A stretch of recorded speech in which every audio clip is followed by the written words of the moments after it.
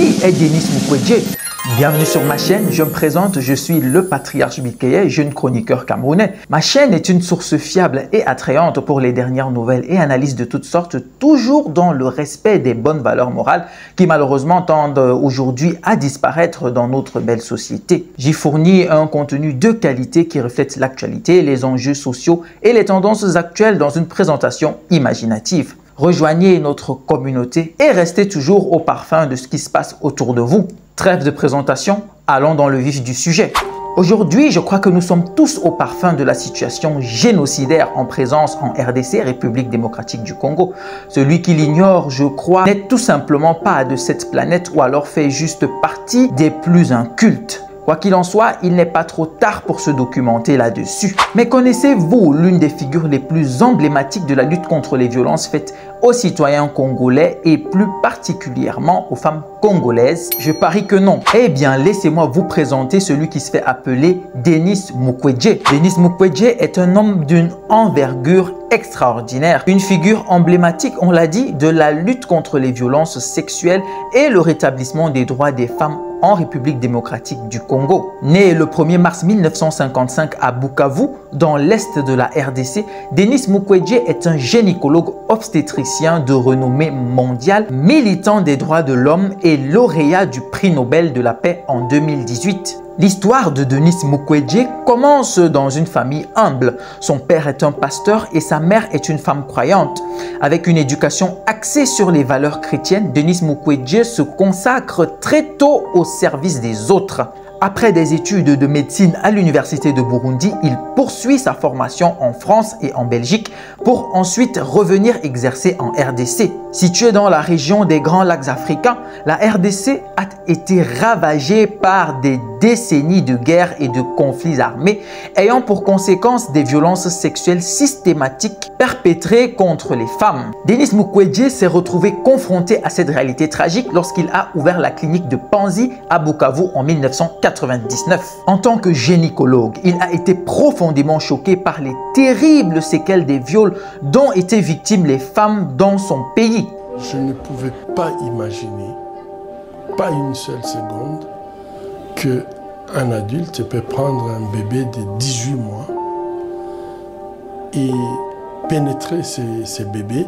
Et quand je voyais les lésions que les bébés avaient, le rectum, le vagin, la vessie, les intestins qui sortaient, je crois que pour moi c'était trop.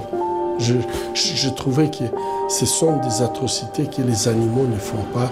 Ces crimes abjects ont laissé des milliers de femmes avec des mutilations génitales, des traumatismes psychologiques profonds et des stigmates sociaux terribles. Denis Mukwege s'est alors engagé corps et âme à leur venir en aide.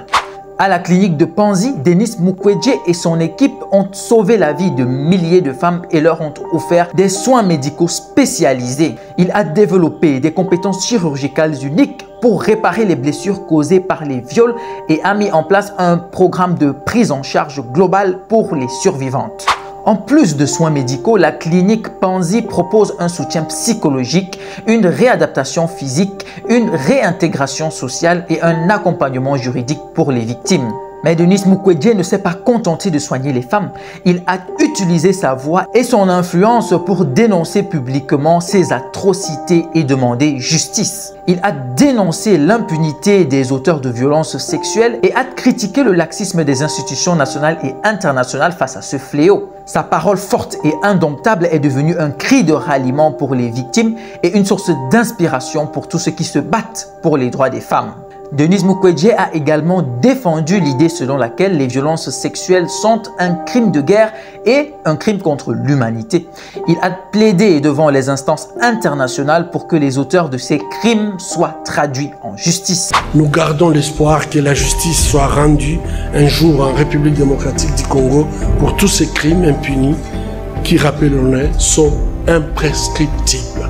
Nous restons convaincus que le chemin de la paix existe. Il sera toujours notre rêve.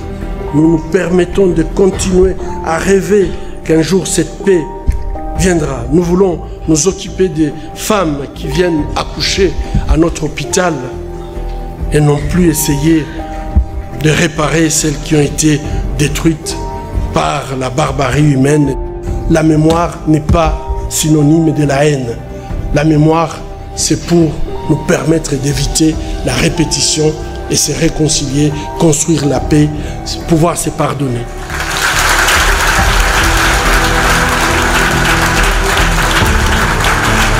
Son plaidoyer a eu un impact majeur, contribuant à mettre cet enjeu au centre des préoccupations mondiales.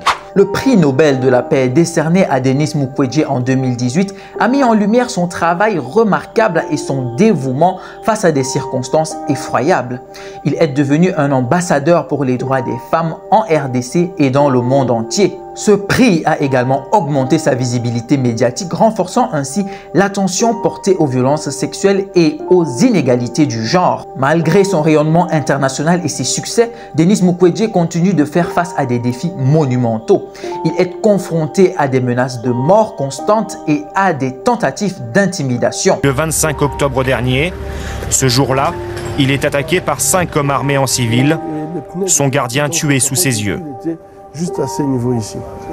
Moi j'étais là, lui avec son arme comme ça, je l'ai vu seulement tourner et il a tiré et moi je suis tombé là. Ses enfants sont séquestrés à l'intérieur. Les assaillants ne prennent aucun objet de valeur. Pour lui, ce n'était pas de simples voyous. Est-ce que vous pensez que c'était une façon de vous faire taire? Si je dérange, ça devrait être ça. Beaucoup de questions, car le quartier est le plus sûr de la ville. Poste de police à une centaine de mètres et bureau de l'ONU, juste en face. Ayant échappé de justesse à la mort suite à une tentative d'assassinat, celui-ci s'était alors retrouvé obligé de s'exiler quelque temps à l'étranger pour préserver sa vie. Exil forcé pendant lequel l'homme de cœur a tiré la sonnette d'alarme concernant la situation catastrophique et génocidaire que subissent les Congolais dans l'indifférence la plus totale de la communauté internationale. Il avait ainsi fait le tour des grandes capitales occidentales, portant à chaque fois son message de dénonciation. Il a été reçu en haut lieu en France, aux Nations Unies, à Bruxelles, à Stockholm et ailleurs pour dire « ça suffit, les femmes sont violées tous les jours au Congo ». Personne ne fait rien et elles ne sont pas seulement violées, elles sont également torturées et pour des raisons politiques. Tout ça parce que l'Est de la RDC est un territoire convoité par beaucoup à cause d'immenses richesses dans son sous-sol. C'est sans aucun doute sur ce point qu'il se présente indéniablement comme un personnage dérangeant à exterminer pour le bon plaisir de bon nombre de petits diablotins voyant en lui un adversaire politique en devenir. Malgré cela, il refuse de se taire car il est convaincu que la lutte pour la justice et l'égalité est une cause plus grande que lui-même. Denis Mukwege est un homme d'une grandeur exceptionnelle, un héros moderne dont la vie et le travail sont dédiés à la défense des droits des femmes et à la lutte contre les violences sexuelles en RDC. Son courage, sa compassion et sa ténacité sont une source d'inspiration pour nous tous. Grâce à ses efforts inlassables, des milliers de femmes ont retrouvé leur dignité, leur santé et leur voix.